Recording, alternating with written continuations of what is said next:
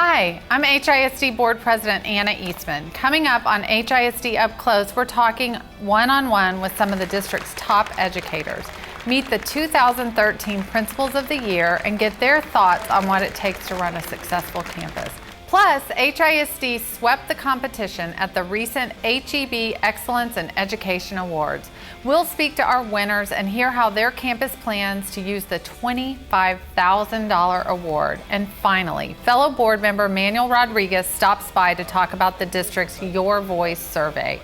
That's today on HISD Up Close, and it begins right now.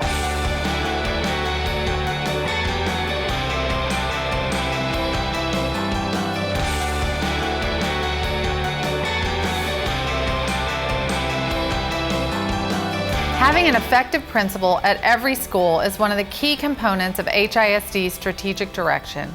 During the May principals meeting, Superintendent Terry Greer honored 8 of the district's most effective school leaders and presented each with a Team HISD hat.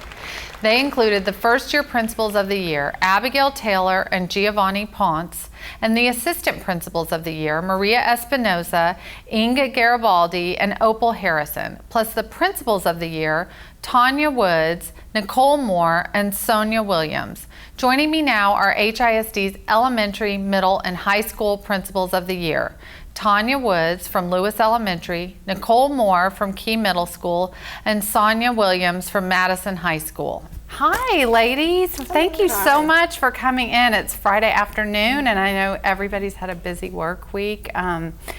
So we're going to talk a little bit about being named Principal of the Year. That is a huge honor. What did it feel like when it was announced? It felt wonderful, felt ecstatic, because I know at Lewis Elementary our team works really, really hard to do those things that are right for children, and to be recognized for that was awesome. That's awesome. How about you, Nicole?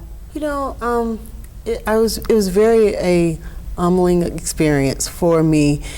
You know, all the work that we've put in with the students and the teachers working hard, I feel like it's not really so much about me, it's about the school and about my staff and about all the work that we've done. Right, you guys cannot do your job by yourself. It's managing a whole team of people. What is that like? I mean, what are some of the challenges? Well, being a principal is hard work because you're responsible for building the futures of those students that you serve daily. And there's a lot that you put into that. And you have a team of people around you that put in long hours, hard work. And so, you know, it's hard work, but it's good work. And I know I'm very fortunate to work with a team of people who are committed to shaping the lives of children every day. So we're excited about that work. Right. What does some of the challenges look like? I mean, there's got to be such a balance around building trust with your team, but also knowing when to push or to nudge. Do you guys have some examples of things that you find in your classrooms or with your teachers that would present like a challenge in your work? Some of the challenges that we have learned to overcome would be to make sure that we put in enough time and the right resources into our kids so that they can be successful. And everyone that enters in, every student that enters into Lewis, we make sure that they're assessed and that we know what deficits, if any, and then we set a plan for them so that they can grow. Right. You know, sometimes I hear people talk about testing and how we run this risk of making kids feel bad about themselves if we give them a test that they can't do well on. And as a parent, I want to know that so that I know what my kid needs to learn. And that sounds like something that you're doing at your school with your kids. And what kind of joys do you find in your work? I know it has to be incredibly stressful. It's an awesome responsibility. Well, I think the joy comes from the children that we work with. I know working at the high school campus, I've been fortunate enough to see students evolve into young adults and to see that transformation for when they were once an at-risk student, and making sure that as a team we put together the right support systems so that they could transform into someone that has the potential to do great things after high school. Right. Nicole, I know you're in an Apollo school, so you may have special Yes, it's really a joy when we see, like this year, we've had more 8th graders than ever being accepted to a variety of campuses. Some of the top campuses in the country. We have students going to Lamar, Bel Air, Reagan, and so we're very excited for them not to only receive one acceptance letter, but some of them 2, 3 acceptance letters. And when they talk about not only just going to high school, but now you just hear them talking about going to college and what they want to do and planning it out. And when you were talking about testing, there has to be a balance. It can't just be about the instructional piece. It has to be about serving the child as a whole. So we try to offer not only that support academically, but also socially and emotionally. So those are some of the things I'm very proud of that we're offering our students, and working with companies like CenterPoint Energy, where our students are going out and seeing the different careers that they can possibly be one day. Right, right. So you brought up something that's really important. Teachers are critical, principals critical, but there's other people who work on your campuses. If you have a kid that comes in with a challenge from outside, do you guys have social workers or counselors, work with CIS maybe? We use CIS. Yes, on our CIS. campus, and they manage a whole lot of different other organizations that are able to come in and assist our parents. I know at our campus we have a high population of ESL students, and then also with the parents. And when we did some of our parent surveys, we found that a lot of them wanted to be able to assist their kids more. So we invited in Houston Community College, and we have 2 parent classes that meet 3 times a week, letting parents know that it's about the connectedness of everyone every one of us as stakeholders in the child's life that will help them be successful. Right. What does that look like if you have a parent who maybe didn't graduate from high school? Or how do you guys make sure that you connect with them and know that's not the most important part of their job? It's just making sure their kid's getting what they need. Well, every child is important. When parents, they send their children to school, they're sending you the best that they have. And we're entrusted with the most precious thing in their life, and that's their child. So every parent is important. So you want to treat everyone the same when they're walking your building. And so, a parent may not have had a great experience in school, but that doesn't mean as a parent you can't have a great experience. So a lot of times it is about offering those classes for them to get their high school diploma or their GED or however. But it's also about training the parent on how to work with their child at home. So we do a lot of those things. We have literacy nights. We have math and science nights.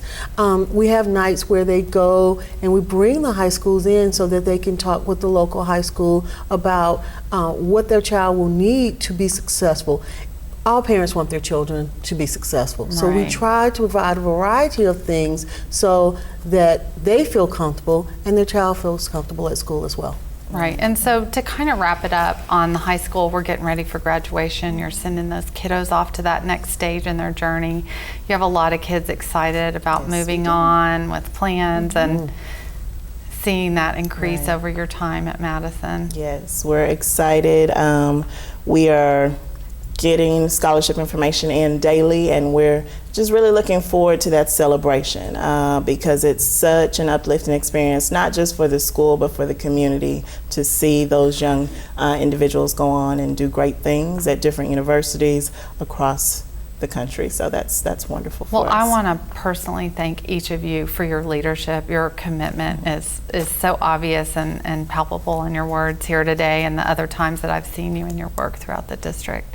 Thanks for taking time out to come on our show. Thank you for having us. Thank you. Absolutely.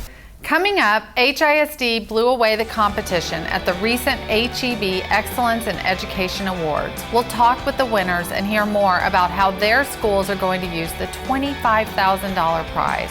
That's next when HISD Up Close returns.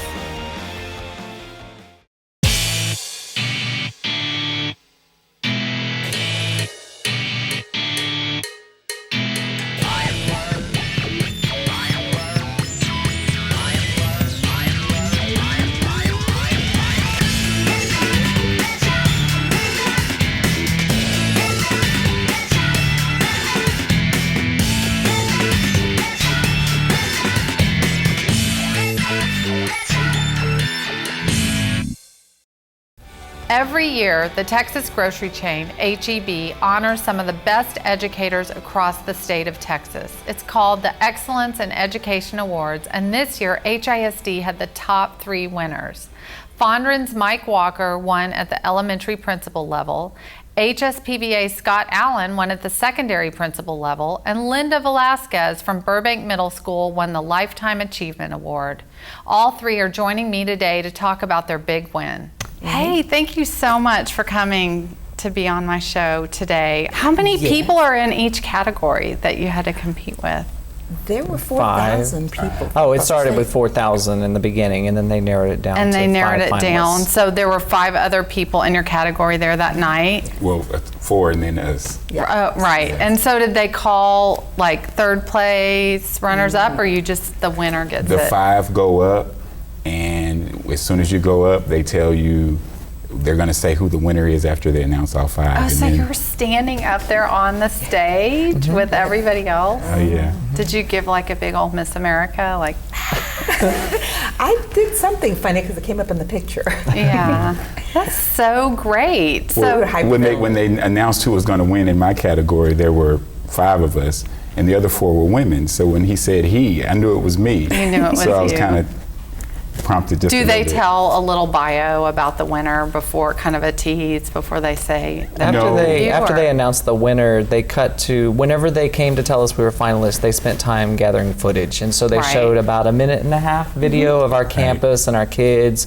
and we had a chance to talk about our schools. So that played while you got your, oh my gosh, I just won together, and then we got to give a Right. speech. Right. And so they came to your school and they interviewed you and took footage. Did you know that someone had nominated you when you heard from H.E.B that you were a finalist? Well, we had been nominated first, and then we had to fill out all the paperwork and the essays and things like Oh, that. okay. So we knew that we were in it, but we didn't know we were one of the 30. Right. Because we've Right. gone from the 4,000. So, I mean, it wasn't like you were expecting From to 4,000 be to 30. Right. right, in the 30.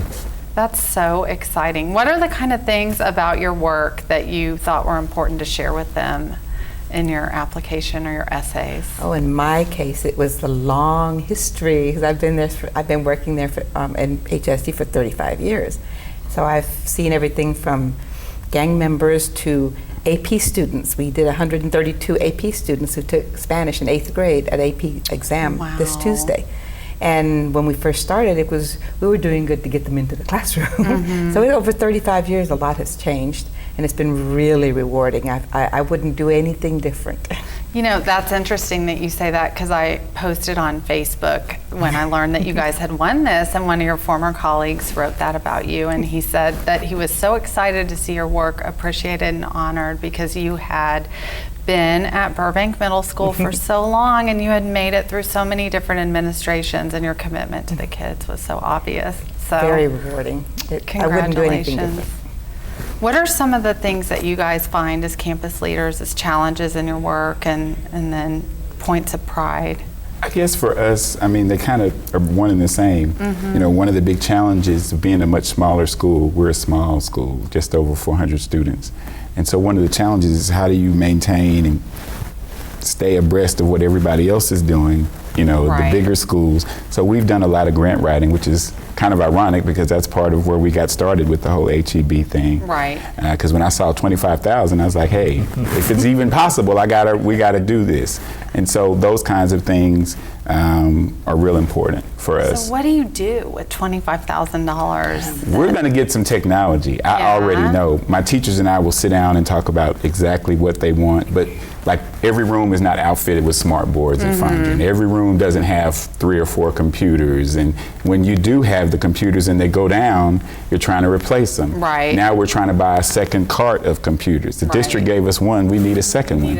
So with that extra money, we have a little more leverage. We can maybe get something with the district money and now some more technology with the H.E.B money. Right. So we're really excited about that. That's great. How about you, Scott? What's your... We're going to set up a scholarship fund, and we're looking at probably a $1,000 scholarship to a student that has a financial need each Right. year. And so we've talked to our foundation, and they said that it would last at least 25 years, but probably because of the amount of money, it would continue to grow, and so it could live on for many years. And I think that I just thought it was a different way to kind of help students who maybe have a need before they go to college. Right.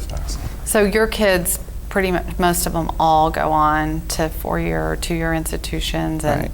100%. yeah, and you've got kids that still have that challenge of how are they going to pay for it. And Right. And that's, the kids get accepted, but so many times they have to wait to see what the universities are willing to give them to come. Right. And it's hard sometimes because they have dreams to go far away and live out the dream. And so, Absolutely. maybe that'll help. And it was great. The pride you asked about, what was great was to be able to go and brag on HISD and HSPVA and arts education, because it makes such a difference with all kids. And to just be able to show Texas that, hey, look what we're doing in Houston, because it's magical every day. It's a special place. I'm honored to have a kid who's with you there and to get to see them get these great academic classes, but on top of it, expand their horizons in the other areas. It's Right. really special. What are you guys going to do with your own money that you get to keep? Well, I get to keep my money. I'm taking my grandkids to Washington, D.C., but the school awesome. is going to use the $25,000 for a language lab. As I said earlier, we have 132 students who took the AP Spanish exam at 8th grade, but we're using cassette recorders, and the kids look at these things, what is this? It is so foreign to them. Right. They're used to iPads, and they say, this is a cassette recorder. And they go, really? What does it do? So we have to use cassette recorders right now. So my Right. principal said that she wants to turn one of the computer labs into a language lab. Oh, that's cool. Which So would will be you really get cool. actual computers that'll have software on them with the language? We have a Mac lab right now that she's going to convert with the little headphones and whole thing, so that they can take their test and practice on a Right. real live language lab. And so do most of your kids that take the AP Spanish test, do they come from Spanish-speaking homes or a combination? Most of them do, but some of them don't. We have Right. some who are coming. Most of them come through a dual language program. And of course, Burbank has a very, very Right, robust right. dual language program.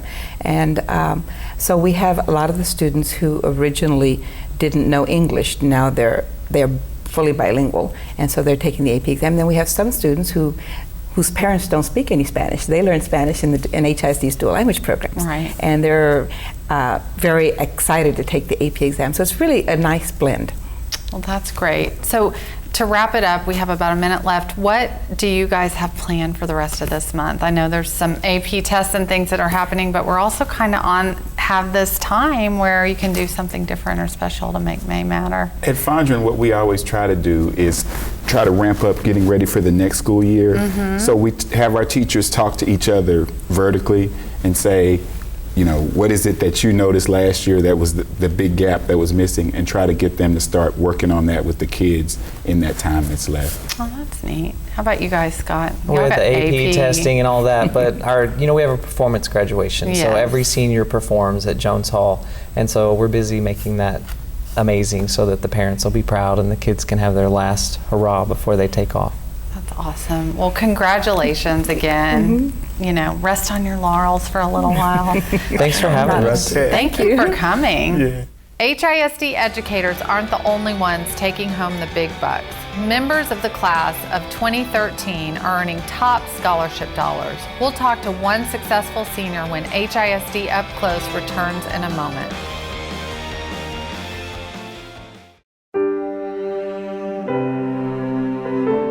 Getting into a great school should never be about who you know, where you live, or how much you can afford to pay. Because every child deserves a high-quality education. That's what we believe. In HISD, our schools and programs prepare students for college and give them opportunities to achieve their dreams. I plan to study petroleum engineering, Business administration. biology and psychology, mathematics, nursing, and finance. I want to be an astronaut. I'd like to do Broadway. I want to be a lawyer, I'm a doctor. artist, or a magician, or a teacher.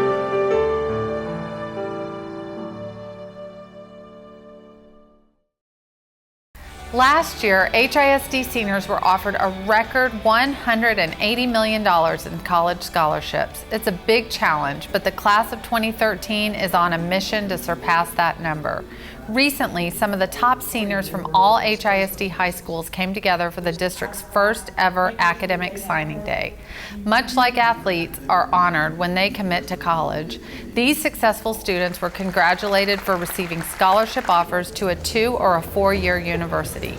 Joining me now is Rosenda Lopez, who is a student scholar from Reagan High School, and Austin High School principal Jorge Arredondo. Hi, thank you guys for coming on the show today. Rosendo, I understand you were honored at our academic signing day last month. What was that like for you? It was really great because I was, along with other people, we were all pretty much signing and promising that we were going to continue our education and represent HISD and our community. Right, where are you planning on going next year? I am planning on going on the University of Texas at Austin. Oh, that's exciting. That's where I went to college. That's it's a good. great place. So I understand that you have quite a story from when you came to the United States to where you're going to be next year. I do have a story. Basically, I migrated to this country 7 years ago from the state of Mexico, from the state of Hidalgo in central Mexico, and coming here was a really hard experience. First, you don't speak the language, and secondly, the effect of not speaking English kind of has an effect on you. Right. And did you have people that came in your life? I know Mr. Arredondo was your first principal at McReynolds. I did have a lot of people, and Mr. Redondo, he was one of the main people helping me out. Right. And so has that been like for you, Jorge, to see Rosendo? Well, I'm super proud of him. When we first, got to know Rosendo, a teacher talked to me about some things that we could do to help him, that he was a hardworking student, and that there was a lot of things that we could do to help him. And one of the things that the teachers wanted me to see if I could get him was an electronic dictionary. And I remember we easily purchased that through the school supplies, and next thing you know, like every other week the teachers were just telling me, look, this student is making an A in this class, and he's doing great. And just to see him grow, particularly coming from that area in the Denver Harbor 5th Ward area, we knew we had a lot of challenges, students there, and just to be able to know that regardless of his zip code that he came through, regardless of the challenges of learning a second language, to know that he's number 4 in his class right now, and to know that he's aspiring to go to University of Texas. He told me he took an AP exam last year in his 11th grade year, on an English exam, and scored a 4 on that exam. So that means he's already got college credit, and so to have come so far and have worked so hard, he's just a model for a lot of students, and we're really proud of him, and really proud of a lot of seniors who regardless of the neighborhoods, regardless of the challenges that they've had to face, we have met them halfway, and they have taken on that challenge and have been successful. Right. Rosendo, what was it like for you to come here and not know any English and learn the language at the same time you were learning math and history and science? It is basically like a two-edged sword, because one is the language itself, that's hard, and second is the effect it has on you, because you might be the happy person, but then you're exposed to a new environment and you're a little bit lost, you don't know who to trust, you don't know how to trust yourself. Right. And like you were saying, you have to do two things at the same time. And then getting to know the people, because it's a different environment. Right. Was your life very different in Mexico than it was here? Pretty much in Mexico, it was a language and I was good at school. A lot of people said I was only good at school because my parents were educated and they helped me. But when I came over here, I started making good grades despite not knowing English, because I actually had to stay after school. And a lot of the teachers supported me, like translating the work and all that. And that proved to me that I was actually a great student. Right. So not only are you smart, but you know how to work hard too. Because I know smarts does not get you everywhere. Right. Yeah, you have to work hard. And we saw that effort in his part when the teachers would have tutorials at 7 in the morning. You would see Rosendo there. We'd have the tutorials after school. Rosendo was there. We'd have the tutorials on Saturdays, and there's Rosendo again. And so he took full advantage of every opportunity that was there, and made the best of it. Were there other kids that were kind of going through the same journey that you were able to make friends with, learning the language? And there were plenty of kids and students pretty much on my situation. But the thing about most of them, or some of them, is that I think they were intimidated by the challenge they were facing, or they didn't know the right people, and they kind of just took the easy way. Regular classes are just forming their own cliques. Right. Others did rise to the challenge like me and conquer the problem. What made you choose Reagan for high school? I chose Reagan. It was more of my friends, my closest friends that were going to Reagan. And then Reagan, I heard it had a great ROTC program. at first I was scared of ROTC, but I went there and I'm glad I went. Did you start ROTC in high school, or were you in JROTC at? I started my ROTC program in high school, my 10th grade year. Okay. Well, I want to thank you so much for coming on and sharing your story, and I think it's really exciting. You have scholarship money to go to UT, and I know, Jorge, you're at Austin, and you have a lot of kids also who are... Yes, right now we're at $4 million in terms of scholarships for students, and 100% of our students have been accepted to a 2-year or 4-year university, and we're real proud of all our seniors. Interestingly, he was just talking to me about another student that went to McReynolds Middle School that now she's a valedictorian at Barbara Jordan. So it just goes to tell you, you know, you guys there's are a lot of planting a seed there's a lot of there. hard work being done, and a lot of teachers have been making a lot of great differences for our students, and our students have been stepping up to the challenge. Especially our principal. That's nice. It's nice to know that you have people that know you and are helping send you off on this next stage of your journey. It is, and like Ms. Arredondo, we have to carry the legacy. Someone has to carry the name of McReynolds Middle School and pretty much of everybody who works hard. Right, and you're going to have to come back here and help bring these other kids along. Actually, I actually plan to be a teacher and follow the footsteps of my principal and my other principal. Well, that's exciting. I'm going to be excited to see where you go. Thanks again for coming on today. Thank you for having us. Absolutely. Coming up, my fellow board member, Manuel Rodriguez, stops by to talk about the importance of your voice. Don't go away. HISD Up Close will be right back in a moment. It's time to speak up, to use your voice. To make a difference in how we educate Houston's children. Like me. And me. Take part In the largest survey in the history of HISD. It's anonymous. It's confidential.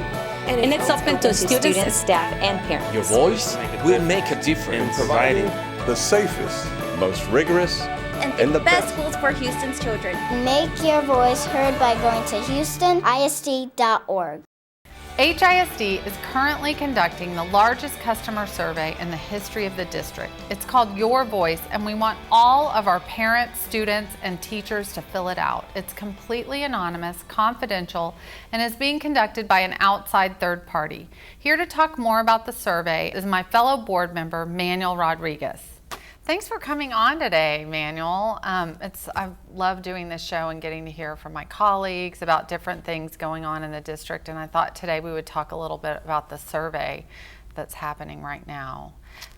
It's a pleasure to be here, and the survey is very important, not just to the school district, but to Houston as a growing entity, one of the fastest growing cities in the United States. Right, and we've never done a survey like this. You've been on the board a lot 10 longer years. than I have, and I know since I've been here, there have been a couple, but they've consisted of people getting picked randomly and maybe getting a phone call, but nothing to this extent. Yeah, this is a full, complete survey that includes parents, students, teachers, administrators, business leaders, and community representatives. So it's a 100% survey trying to get everybody's opinion on what they believe HISD is doing, how it's doing, and where it's going. Right, and it's so important for us to get as many people as possible that hear from us that we want them to participate in the survey to actually participate, because it's going to be really informative to us as board members about how we're doing and